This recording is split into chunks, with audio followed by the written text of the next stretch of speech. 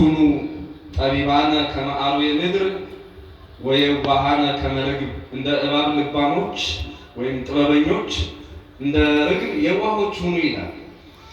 መቼም በመጽሐፍ ቅዱስ ወአርዌ ምድርሰ ተአኪም ኩሎን አራዊት ዘገዳም ተብሎ ወይም የምድር አውሬ ግን የምድር እባብ ግን ከምድር አራዊት ሁሉ ተንኮለኛ ነበረች ተብሎ ነው የተጻፈ ዘፍጥረት ምዕራፍ 3 ቁጥር 1 ጀምሮ።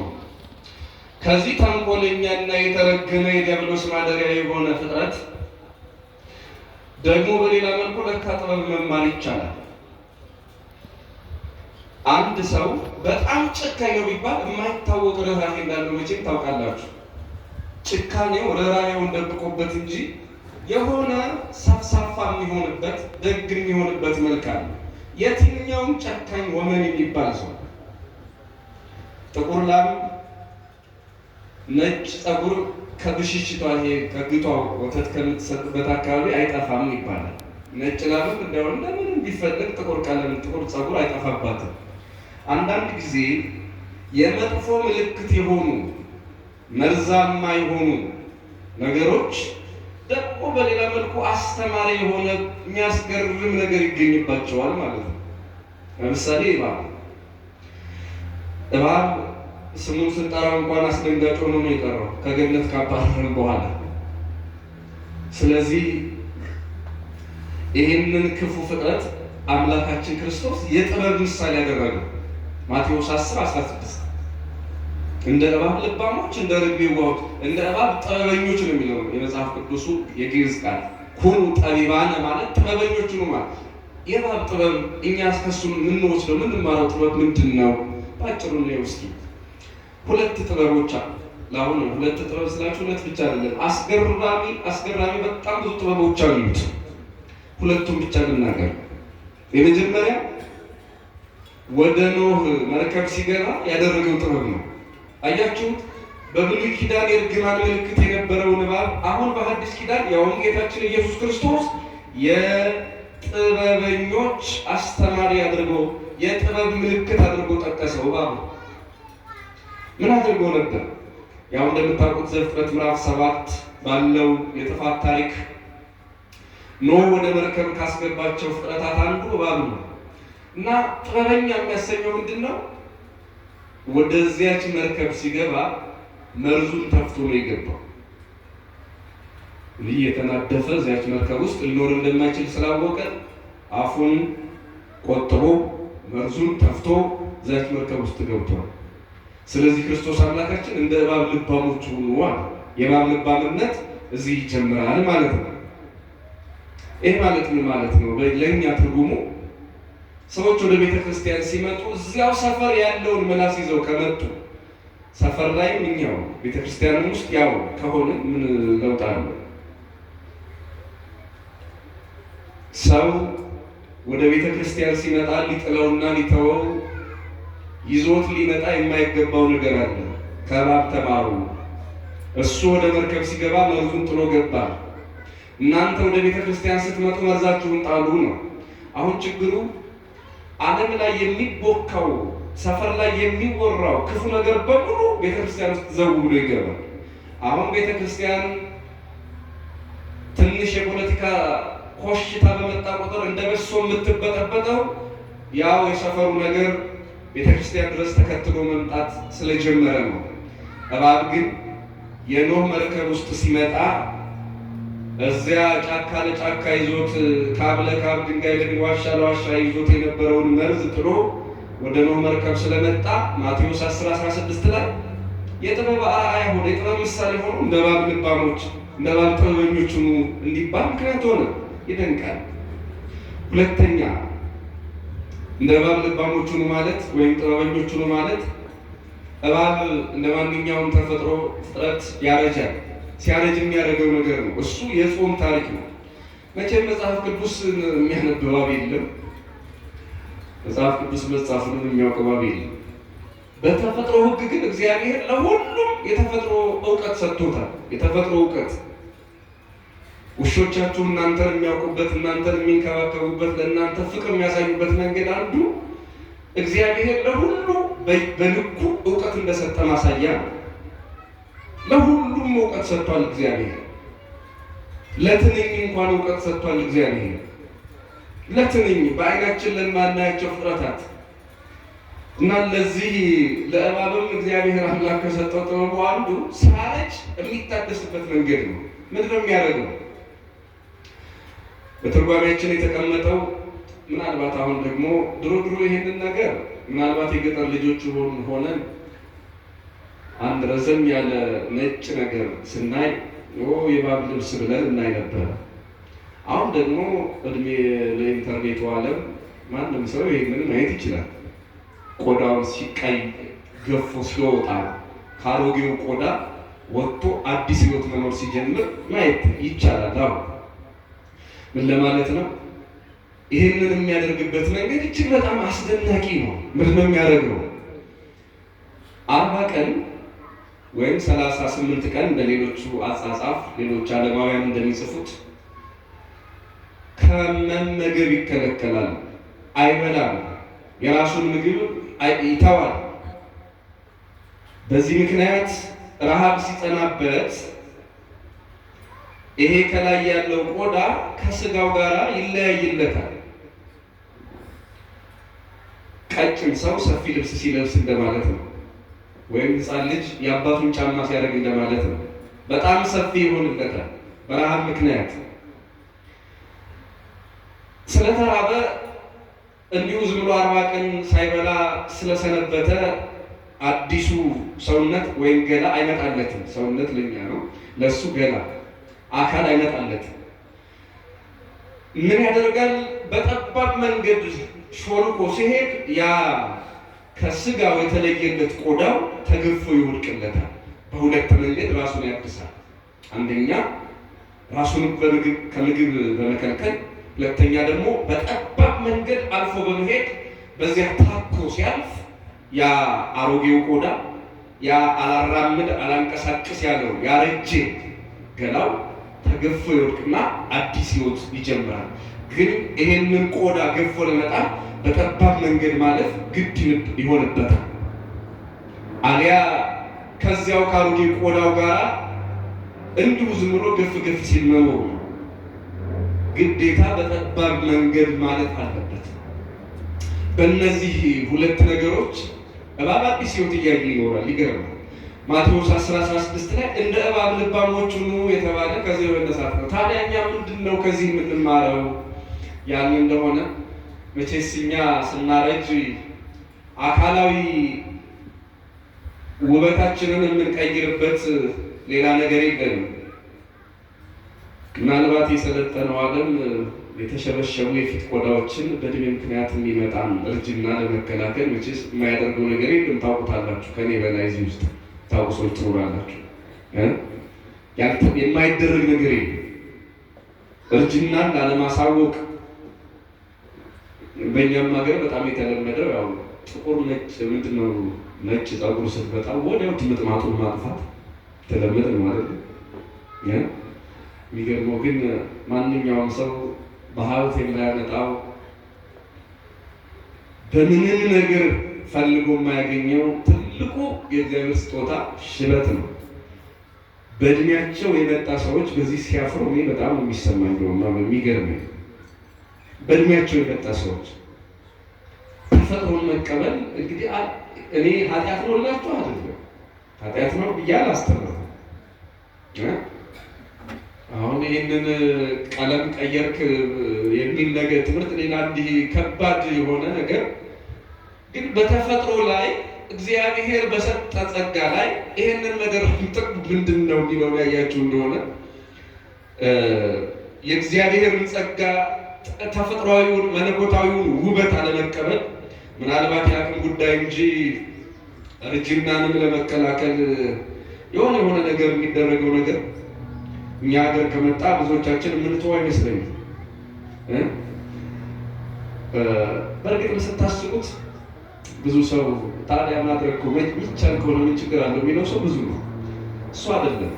ዓለሙ ራሱን የሚያድስበት መንገድ በጣም የተሳሳተ ነው። ሃርድዌሩን ነው የሚያድሰው አለ ከላይ ያለው ቆዳው እና አሁን በሀብት ምክንያት የሕክምናው መንገድ ምቹ ስለሆነላቸው ራሳቸውን ቆዳቸውን፣ ፊታቸውን፣ ይሄ ግንባራቸውን ውጥርጥር አድርገው እንዲሁ ጎልማሳና ወይም ወጣትና ልጃገረድ መስለው ለመታየት የሚፈልጉ ሴቶች ውስጣቸው ሲፋቅ ያው የ70-80 ናቸው። ውስጣቸው ሲታይ ያው እንዳልኳችሁ ሃርድዌሩ ነው ትንሽ ያማረ የሚመስለው።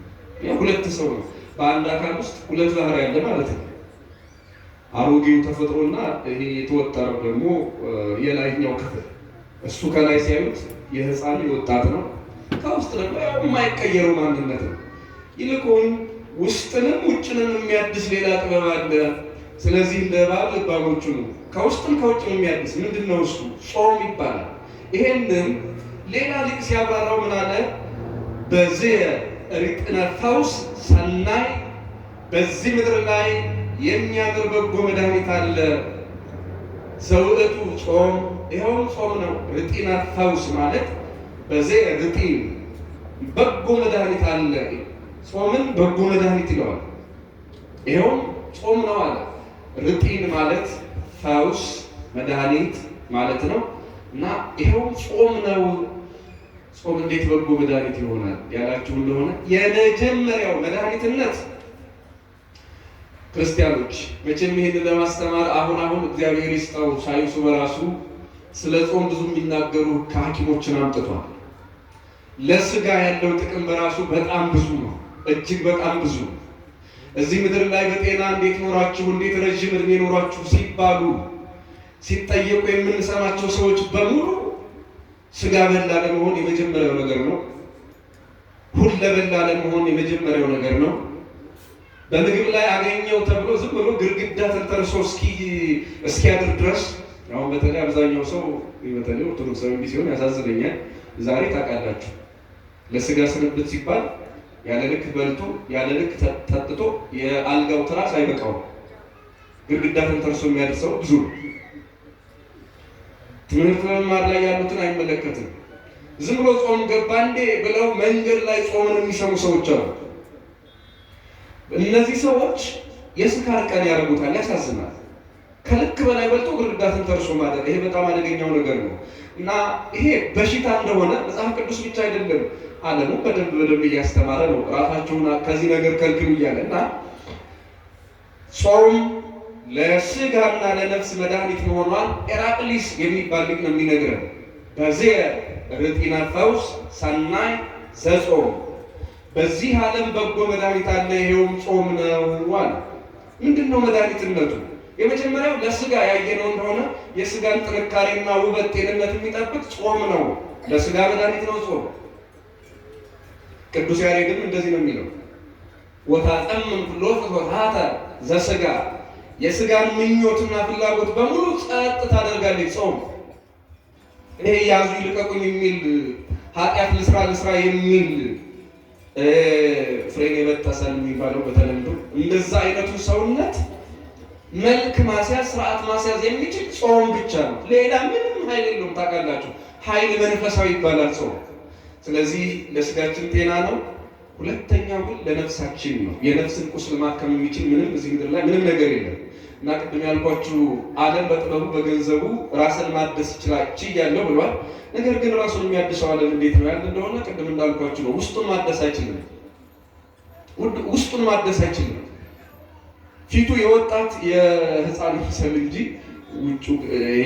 ውስጥ ያለው ነገር ግን በጣም የተበላሸ ያው ድሮ ነው እና ውስጥንም ውጭንም የሚያድሰው ምንድን ነው ያለ እንደሆነ እባብን ያደሰው ጾም፣ እባብን ያደሰው ጾም እሱ ለውስጣችንም ለውጭ ውበታችንም ጥልቅ ውበታችን ነው። ስጋችንንም ነፍሳችንንም የሚያድሰው እሱ የእግዚአብሔር ኃይል የሆነው የእግዚአብሔር ውበት የሆነው ጾም ነውና።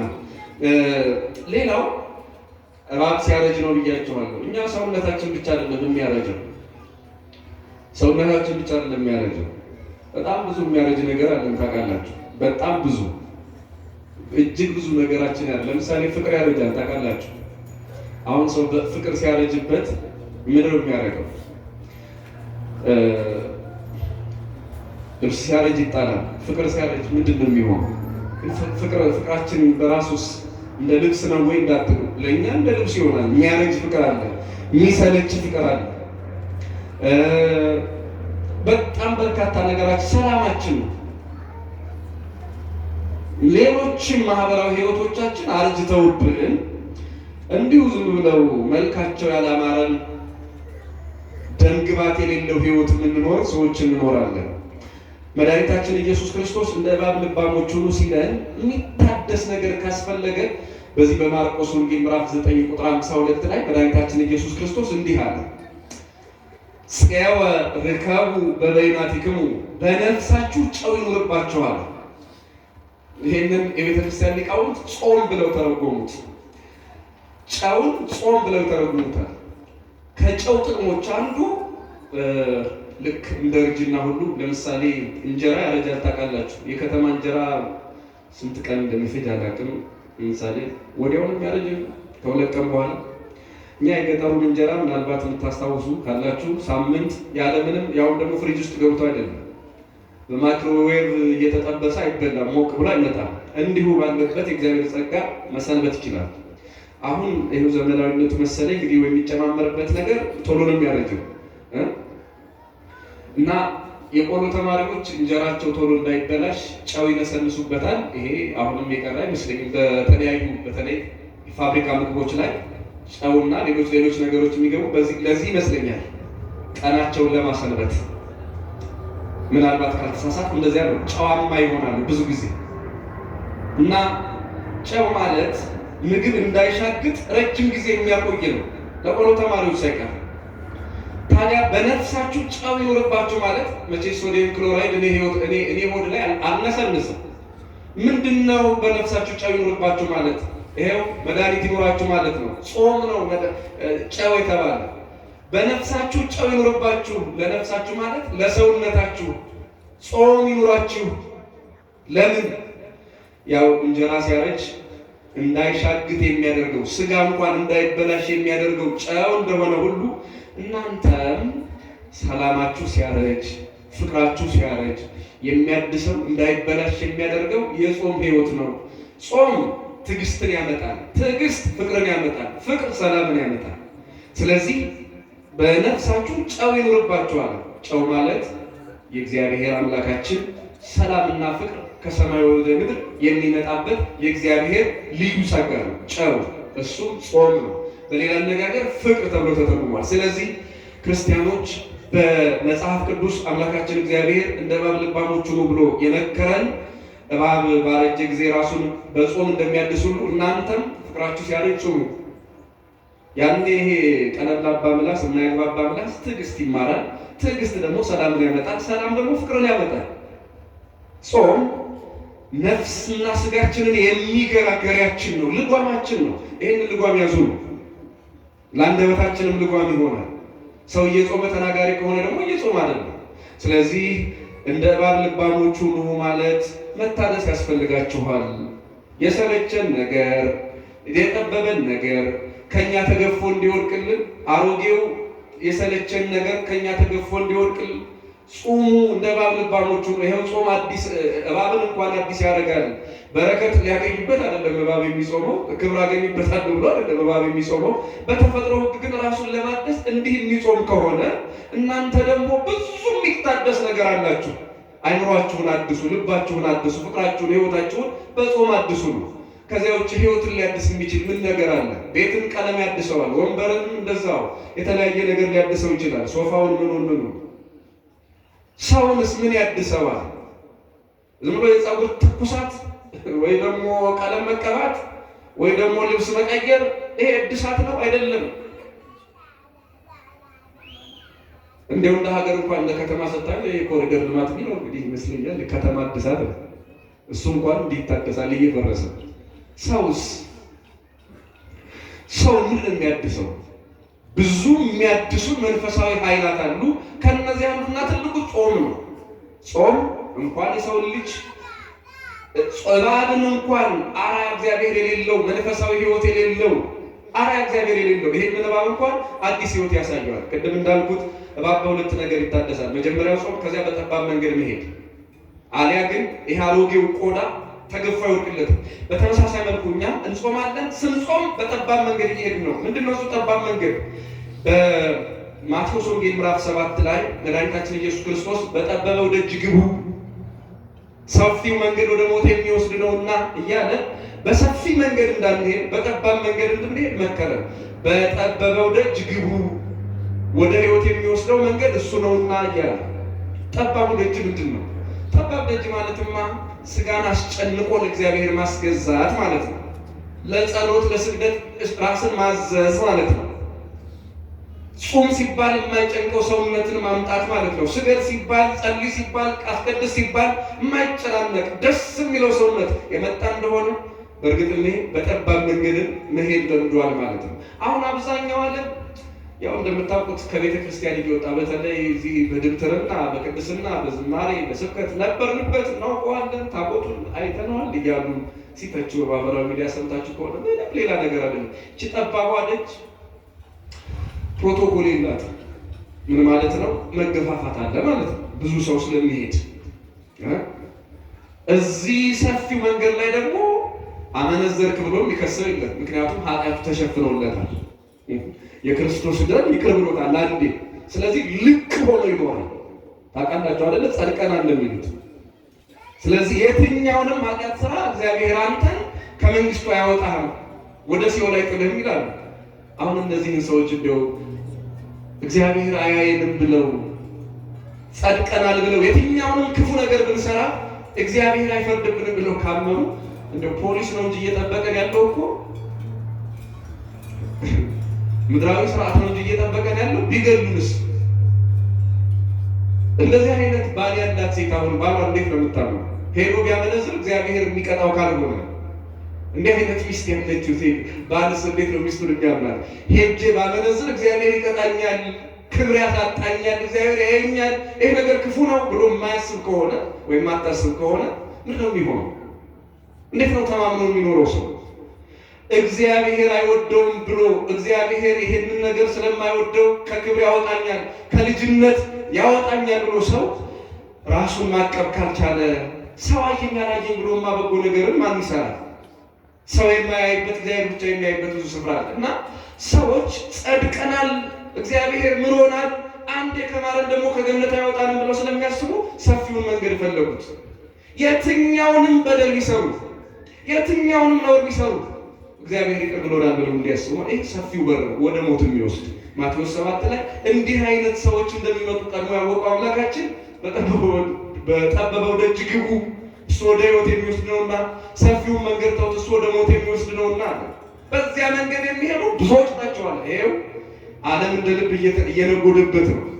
እንደምታውቁት የካቶሊክ ቤተክርስቲያን፣ አንግሊካን ቸርች፣ ሌሎችም ይህንን መንገድ ተከትለው ከዓለም ፖለቲካ ጋር ራሳቸውን አርቀው ለመኖር ሲሉ፣ ከሰለጠነው ትውልድ ጋር እንግባባለን ሲሉ ምን አይነት አቋም እንዳላቸው ታውቃላችሁ? ተመሳሳይ ጾታ ፈቅደው ጋብቻውን ፈቅደው በካቶሊክ ቤተክርስቲያን ይሄ እንዲፈቀድ አድርገዋል። ታውቃላችሁ? እኛም ሀገር ያሉ የካቶሊክ ሃይማኖት መሪዎች ባህል ይዟቸው እንጂ እግዚአብሔር ይጠላዋል ብለው አይመስለኝም። ይህን ነገር የማያደርጉት ባህል ይዟቸው ነው፣ ኢትዮጵያዊነት አስገድዷቸው ነው እንጂ አይሳሳትም የሚሉት። በነገራችን ላይ በሮማ ቤተክርስቲያን ደግሞ ፓትርያርኩ አይሳሳቱም። የሰማችሁ? ፓትርያርኩ ምን አይሉ? ምንም አይሳሳቱም። የማይሳሳቱት ፓትርያርክ የእርስ በርስ ጋብቻ ቀድሱ ባርኩ ብለው አወጁ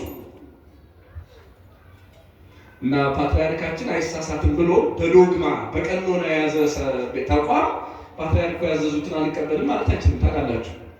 አሁን እዚህ ካርዲናል ብርሃነ ኢየሱስ የሚባሉት አባት ኢትዮጵያዊ ሰውዬ ማለት ነው የመቀበል ሃይማኖታዊ ግዴታ አለባቸው ፓትርያርኩ ያሉት። ምክንያቱም ፓትርያርኩ ምን ስለማይሉ ስለማይሳሳቱ። አያችሁት? ዓለም በሰፊው መንገድ ለመሄድ ከዓለም ወደ እግዚአብሔር ሊያመጣ የተላከ መስቀል የተላከ ሐዋርያነት ከክርስቶስ ወደ ዓለም ክርስቶሳዊነትን ወደ ዓለም ወሰደ። ዓለምን ወደ ክርስቶስ አምጣ የተባለ ወንጌል ስበኩ የተባለ መስቀል የያዘ ሐዋርያ ነኝ የሚል ሰው በሙሉ እዛው ዓለም ውስጥ ገብቶ ቀረ። ምን ማለት ነው? ይሄ ሁሉ የምነግራችሁ ዓለም የሃይማኖት መልክ ይዞ የእግዚአብሔር እንደራሴ ነኝ የሚል ወኔ ይዞ ሰፊውን መንገድ መርጦታል። ዓለም የሚመቸውን መርጦታል። በኦርቶዶክስ ተዋሕዶ አብያተ ክርስቲያናት ግን ጠባብ መንገድ ማለት ስጋ ያማረውን ሁሉ መከልከል ነው። ይሄ ስጋ ብዙ ምኞት፣ ብዙ ፍላጎት አለ። እሱን ማቀብ ነው እና በጠበበው ደጅ ግቡ ማለት የስጋን ፍላጎትና ምኞት እየተዋችሁ ለነፍሳችሁ ደሩ ማለት ነው። በነገራችን ላይ በጋብቻ ቅዱስ ነው አይደል? ታውቃላችሁ ጋብቻ ምንድን ነው? አቤት እግዚአብሔር የሚያውቀው ጋብቻ ቅዱስ ነው። ቅዱስ ነው፣ ርኩስ አይደለም፣ ኃጢአት አይደለም። ጋብቻ ሩካቤ ቅዱስ ነው፣ ቅዱሳን ይወለዱበታል። በሰንበት ግን ሩካቤ ይፈቀዳል አይፈቀድም? ንገሩኝ። ግን ጋብቻ ምንድን ነው? ቅዱስ ከሆነ ለምን እንደ ርኩስ ይቆጠራል?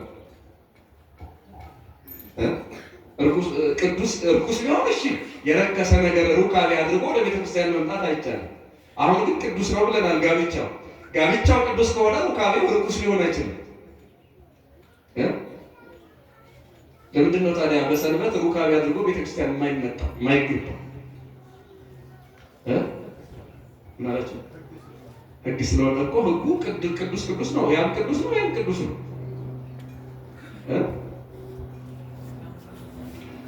ሩካቤው ወይም ጋብቻው ረክሷል ብላ አይደለም ሩካቤን የምትከለክል ቅድስት ቤተክርስቲያን ረክሷል ብላ አይደለም። ለምሳሌ ጤፍ ለቅዱስ ነው ርኩስ እንዴ? ጤፍ እንጀራ የምትበሉት አቤት! ግን መስዋዕት ይሆናል ለቤተ ክርስቲያን። መስዋዕት የሚሆነው ምንድን ብቻ ነው? አያችሁት? ሁሉም ቅዱስ ነው። ስንዴ የገበሬ ዘር ነው፣ ጤፍም የገበሬ ዘር ነው። ጤፍንም ስንዴንም የፈጠረ እግዚአብሔር ነው። ግን መስዋዕት መሆን የሚችለው ምን ብቻ ነው? ስንዴ። ከአትክልት ወይን አለቀብኝ ብሎ ዝም ብሎ ከሱፐር ማርኬት የወይን ይዞ መምጣት አይቻልም። ዘቢቡ ነው የሚሆነው። አያችሁ? አሁን ይህን ስታዩት እግዚአብሔር አምላክ አንዱን ርኩስ አንዱ ቅዱስ ብሎት አይደለም። ይሄ ራሱን ችሎ ሌላ ምስጢር አለው። ግን ወደ ጋብቻ ሳመጣው ጋብቻ በራሱ ቅዱስ ነው። ቅዱስ የሆነ ሁሉ ግን ተደርጎ ወደ እግዚአብሔር ቤት አይመጣም። ለምሳሌ ስንዴ አልኳችሁ። ስንዴ ርኩስ አይደለም፣ ግን መስዋዕት አይሆንም። ጋብቻ ርኩስ አይደለም፣ ቅዱስ ነው። ግን በጋብቻ ውስጥ ያለ ቅዱስ ሩካቤ ቢሆንም ቅሉ እሱን ፈጽሞ ወደ ቤተ ክርስቲያን ማምጣት አይቻልም። ልክ እንደ ጤፍ ቁጠሩት። ጤፍ የረከሰ ነገር አይደለም፣ ግን መስዋዕት አይሆንም። ወደ እግዚአብሔር ቤት መምጣት አይችልም። በተመሳሳይ መልኩ እኛ ጾምን የምንጾመው እና ሩካቤ ሳይቀር ተከልከሉ የሚባለው ጾም ቅዱስ ነው፣ ጋብቻም ቅዱስ ነው። በጋብቻ የተቀደሰ ሩካቤ ወይም ደግሞ ቅዱስ የሆነ ሩካቤ፣ በደምና በስጋ የከበረ ሩካቤ ቅዱስ ሆኖ እያለ በጾም አታድርጉት የሚባለው ለምን መሰላችሁ? መልአካዊ ሕይወትን እንድንለማመዱ ነው። ምን አልኳችሁ? አቤት!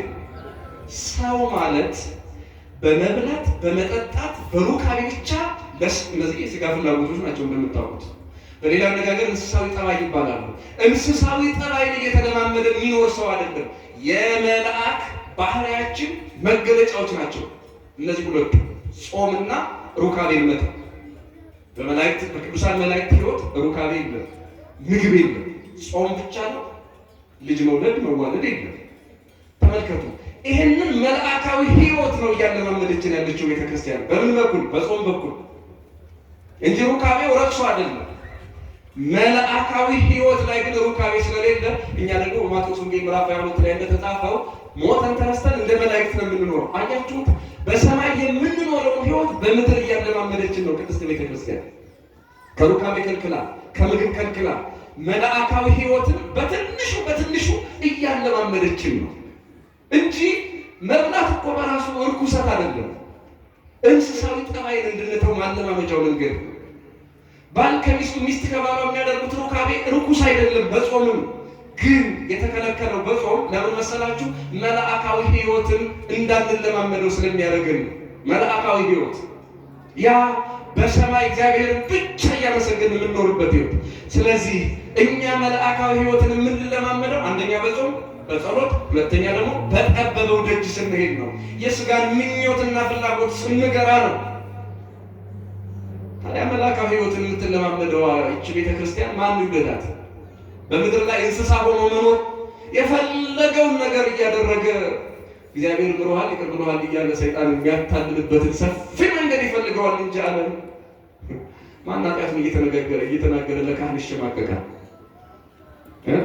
ምን ይለኝ ይሆን እያለ ያወራብኝ ይሆን ይናገርብኝ ይሆን ይሄን ኃጢአት እያለ ማን ይሸማቀቃል?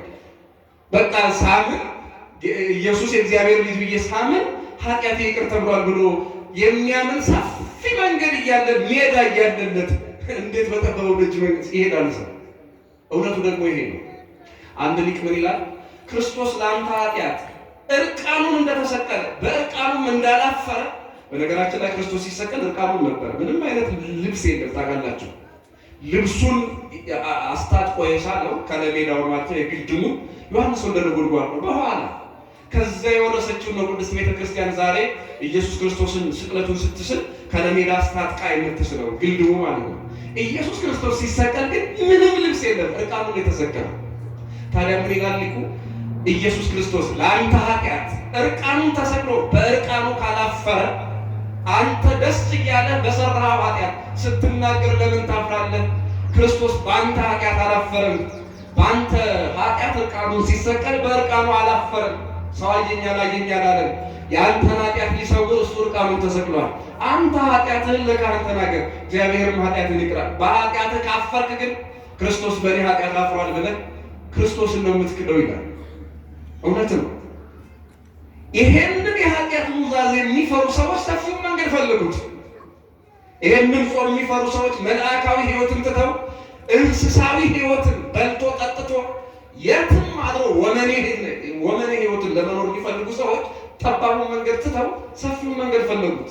ዛሬ ቅዱስ ቤተክርስቲያንን መሳደብ ጀምሮ ለእነሱ እግዚአብሔር ልብ ይስጥልን።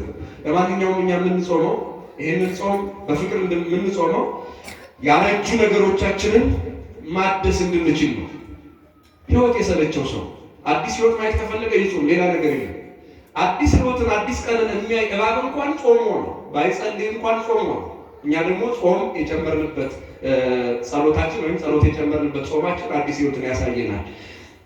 በሌላ መልኩ በመጨረሻ እንደው ለምን ነው የምንጾመው የሚለውን ሁለት ነገር ልናገር። ይሄ ጾም ዘወረደን የሚባለው ክርስቶስ ከሰማይ ሰማያት መውረዱን ነው የምንናገረው። አሁን ወደፊት እንግዲህ ቅድስት እንላለን፣ ስለ ሰንበት ቅድስና ያስተማረበትን ነው። ቀጥሎ በምኩራብ በቤተ መቅደስ ገብቶ ያስተማረበትን። ስለዚህ አሁን ወደፊት ተሰቀለ ለማለት መጀመሪያ ወረደ ማለት የለብንም። ስቅለት ላይ አይደለም ትንሣኤውን የምናከብረው። ስለዚህ የተሰቀለው የሞተው የተነሳው ወርዶ ነው አይደለም። ስለዚህ ዘወረደ የወረደ ብለን ጀመር ነው። ክርስቶስ አምላካችን ለምን ወረደ ያን እንደሆነ ደግሞ የወረደው ማለናል። ቅዱስ ቄርሎስ የሚባል የእስክንድርያ ፓትርያርክ የወረደ ወረደ ከመርገነ ለነ ሀበ ሀገሩ አርያማዊ ሀበ ሀሎ ወላዲሁ አባቱ ወዳለበት ወደ ሰማይ ሀገሩ ይወስደን ዘንድ እሱ ወረደ ይላል። ስለዚህ እኛ ወደ ሰማይ መሄድ ሲሳነን እሱ ወደ ምድር መጣ ማለት ነው። እሱ ወደ ምድር እኛ ወደ ሰማይ። ስለዚህ አሁን ጸሎታችን ተቀይሯል። ታውቃላችሁ፣ አቶ እንትና አቶ ገሌ ወይዘሮ እንትና እናታችን አባታችን ብቻ አይደለም፣ ሌላ አባት ተጨመረልን። ከሰማይ የወረደ አባት አለ። አባታችን ሆይ በየት የምትኖር እንላለን። ስለዚህ ከሰማይ የወረደ አባት መጣልን ማለት ነው። ከሰማይ ወረደልን፣ ወደ ሰማይ ወሰደን። ስለዚህ ከሰማይ የወረደው እግዚአብሔር ለምንድን ነው ብላችሁ ብትጠይቁ ዘወረደ የሚባለው ለምንድን ነው ብትሉ እኛን ወደ ሰማይ ለመውሰድ ከሰማይ ወደዚህ ምድር መጣ። እኛ ልጆቹን የሰማይ ተስፋ ሰጠን። ስለዚህ አሁን ወደ ሰማይ እስከምንሄድ አባታችን ሆይ በሰማያት የምትኖር እያለን እንጸልያለን። የሰማይ ልጆች ነንና። ሌላው በዚህ ጾም ውስጥ የምናገኘው ጥቅም የመጨረሻ ጥቅም ተናግሬ ትምህርቱን ልቋጭ። ሁለተኛው ማለት ነው የሰማችሁ ቅበላ ነው። አሳጥራለሁ ብዬ ነበር ብዙ ሄድኩት። እሺ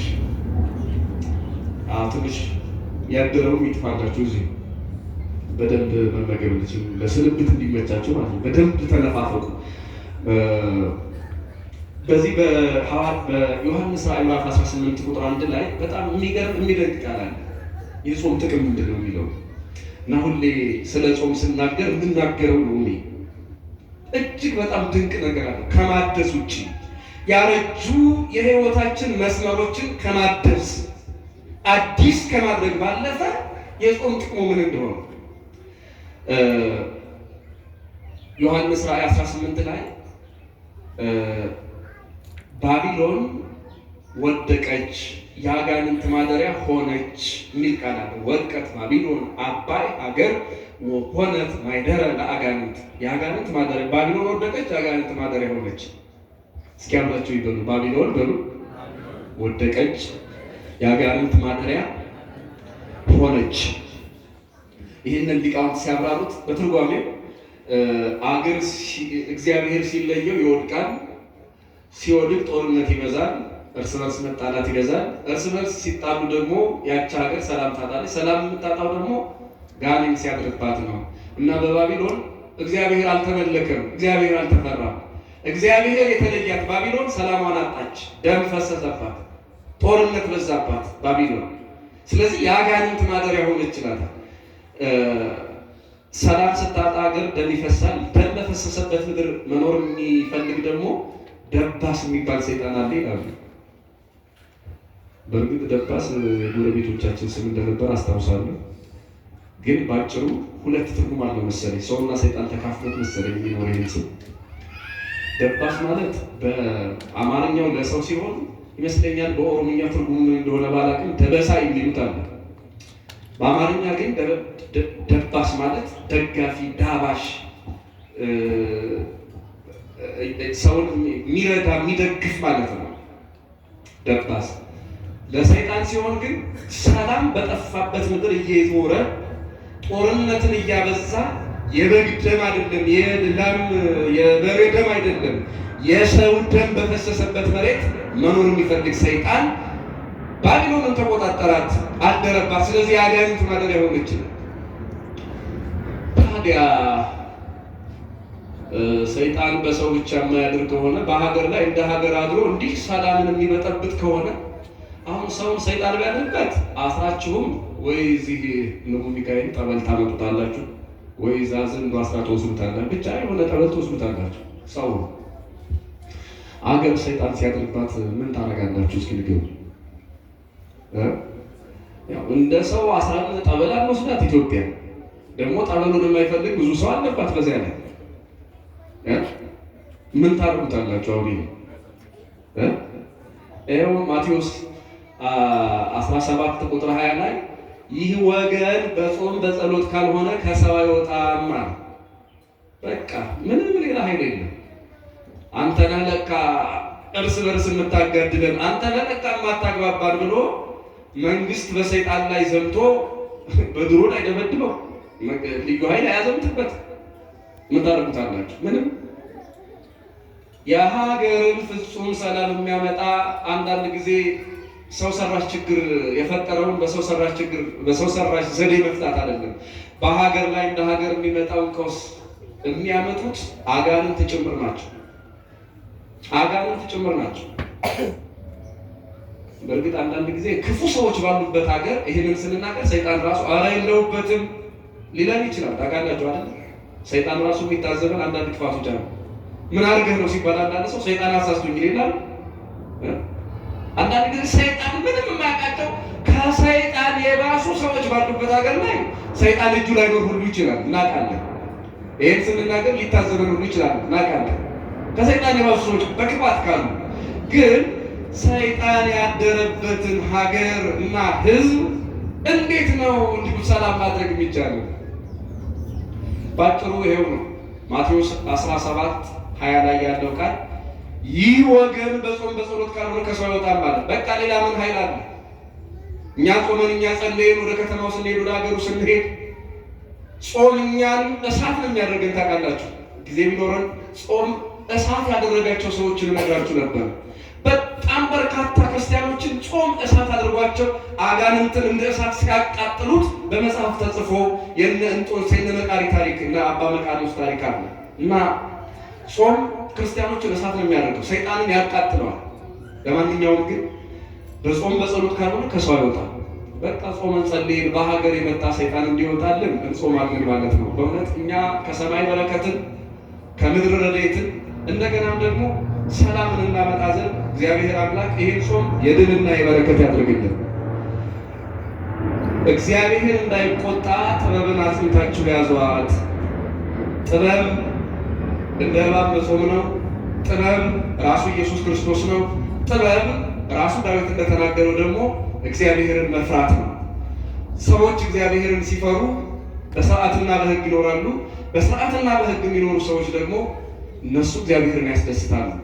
እንግዲህ እግዚአብሔር የሚደሰትበት ጾም ይሆንልን።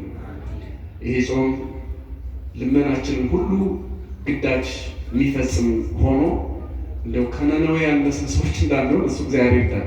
የነነዌ ሰዎች ስንት ቀን ጾመው እግዚአብሔር እሳቱን አጠፋላቸው። እኔ በጣም የሚያሳዝነኝ እንደው ስለ ጾም ሳስብ አሁን እንግዲህ ልንጾም ነው 55 ቀን።